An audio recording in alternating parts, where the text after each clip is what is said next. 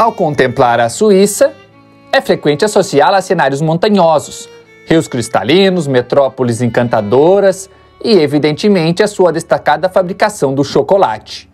Entretanto, é imprescindível não negligenciar que a Suíça ostenta também um dos mais robustos desempenhos financeiros globais. Seu produto interno bruto per capita figura entre os mais elevados do mundo. Contudo, o país enfrenta há algum tempo um crescimento lento e uma estagnação da sua economia. A lentidão da economia na área do euro e os aumentos das taxas de juros em muitos países continuarão a ter impacto na economia suíça. O impacto do colapso do Credit Suisse, um banco suíço de investimento e provedor de outros serviços financeiros sediado em Zurique, ainda reflete na economia do país. A alta da inflação no país fez com que 57% da população reduzisse os gastos com itens não essenciais. O aumento dos aluguéis e dos planos de saúde também fizeram muitas pessoas irem à total falência. Milhares de pessoas abandonaram o país pelo alto custo de vida. Diante de todas essas dificuldades e incertezas, a Suíça está hoje diante de um grande colapso sem precedentes. Mas como? E por que o país está nessa posição? É isso que vamos esclarecer neste conteúdo. Eu sou Gustavo Mieczykoneski e você está no Econotalks.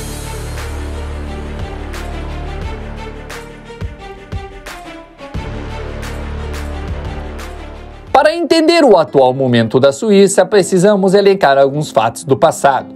A Suíça conseguiu um crescimento notável através da sua política de neutralidade, um princípio que remonta à Constituição Federal de 1848. Enquanto muitos outros países estavam envolvidos em conflitos internacionais, como as duas grandes guerras, a Suíça conseguiu permanecer praticamente ilesa, um feito raro na Europa.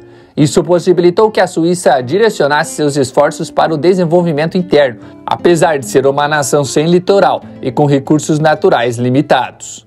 Os suíços demonstraram inovação em setores como indústria, agricultura, comunicações e finanças. Iniciaram a construção de infraestrutura, incluindo a primeira ferrovia que conectava Zurique a Baden, na Áustria.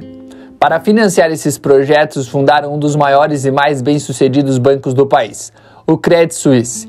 Pouco após sua fundação, outras 6 instituições financeiras foram estabelecidas, contribuindo para o florescimento do setor bancário e financeiro suíço, que se tornou uma potência após a Segunda Guerra Mundial. Todavia, essa prosperidade financeira também conduziu a uma mudança na política pós-guerra, na forma de leis de sigilo bancário, tornando a Suíça o destino preferencial para indivíduos bilionários de todo o mundo. O sigilo bancário suíço também atraiu atividades eticamente questionáveis e clientes controversos. Um exemplo é o gangster americano Meyer Lansky, que utilizou contas suíças para evadir impostos federais dos Estados Unidos na década de 1930. Ironicamente, membros do Partido Nazista Alemão também recorreram aos bancos suíços para ocultar seus ativos. Até mesmo o Banco do Vaticano se envolveu em contas bancárias suíças para preservar seu patrimônio. As informações vieram à tona quando um acordo de 780 milhões de dólares foi firmado entre a Receita Federal dos Estados Unidos e o UBS, o maior banco suíço, expondo os nomes de americanos e outros detentores de contas secretas em bancos suíços. A principal vantagem que os bancos suíços podem oferecer é a estabilidade econômica. Contudo, essa estabilidade econômica na Suíça não vem sem um custo. A Suíça é reconhecida como um dos países mais caros do mundo e suas duas principais cidades, Zurique e Genebra, são conhecidas por seus altos custos em comparação com outras cidades europeias. Geralmente, os preços dos bens domésticos na Suíça são de 20% a 30% mais elevados do que em outros países, o que não se deve apenas aos salários mais altos oferecidos, mas principalmente aos elevados custos de importação e distribuição, devido à falta de concorrência. Isso leva os turistas, às vezes, a encurtarem suas estadias, pois passar as férias na Suíça pode ser bastante caro.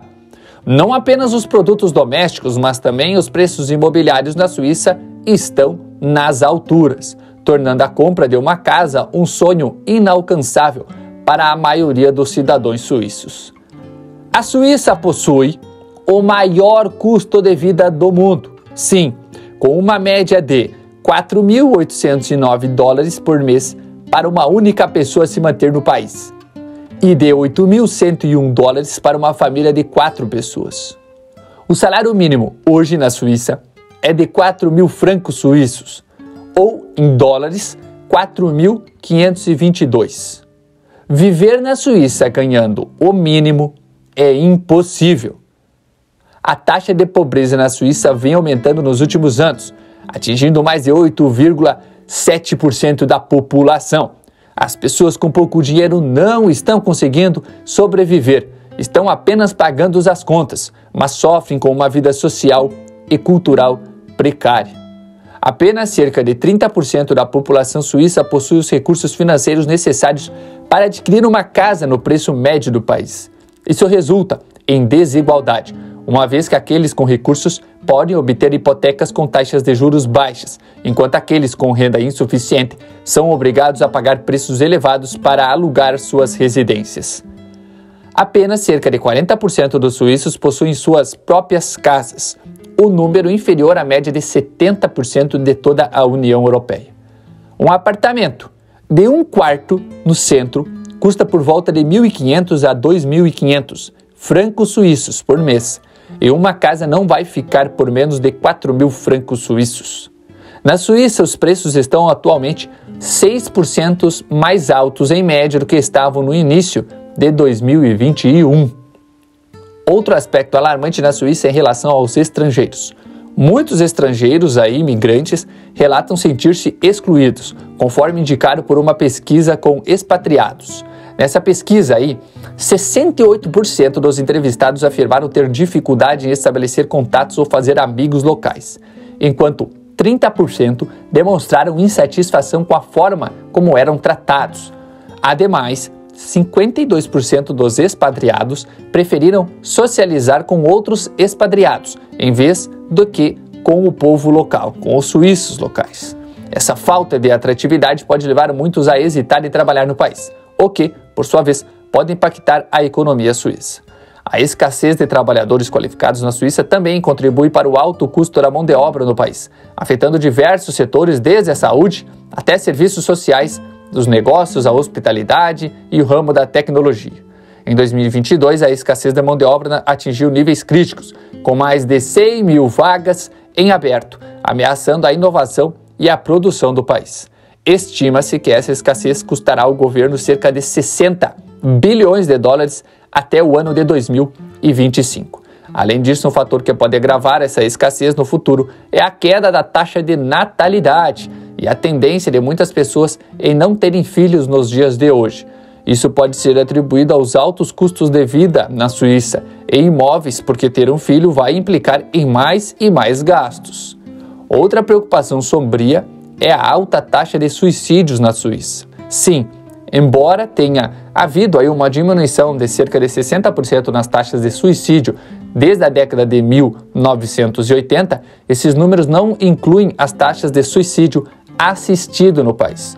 O suicídio assistido é o ato de deliberadamente ajudar uma outra pessoa a se matar. Assim define o Serviço de Saúde Britânico, o NHS. A Suíça legalizou o suicídio assistido em 1941 e o número de casos continua a aumentar.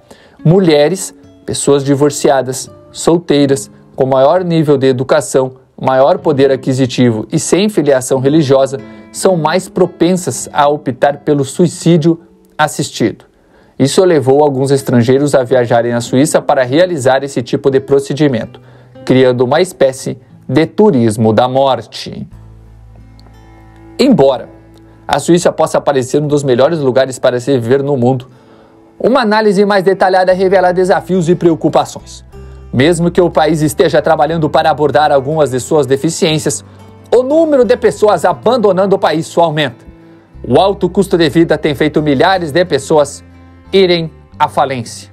A situação da Suíça não é simples e o futuro não parece nada animador. O país está à beira de um grande colapso. Você acha que a Suíça conseguirá recuperar sua economia e sua confiança? Deixe seus pensamentos nos comentários. Se não for inscrito, é fácil esse convite. Inscreva-se e ative o sininho para receber sempre nossos próximos conteúdos. Deixe o like se esse vídeo fez sentido para você. Na voz de produção, Gustavo Mieques e Conessa. Até o nosso próximo encontro, pessoal. Aqui no Econotalks.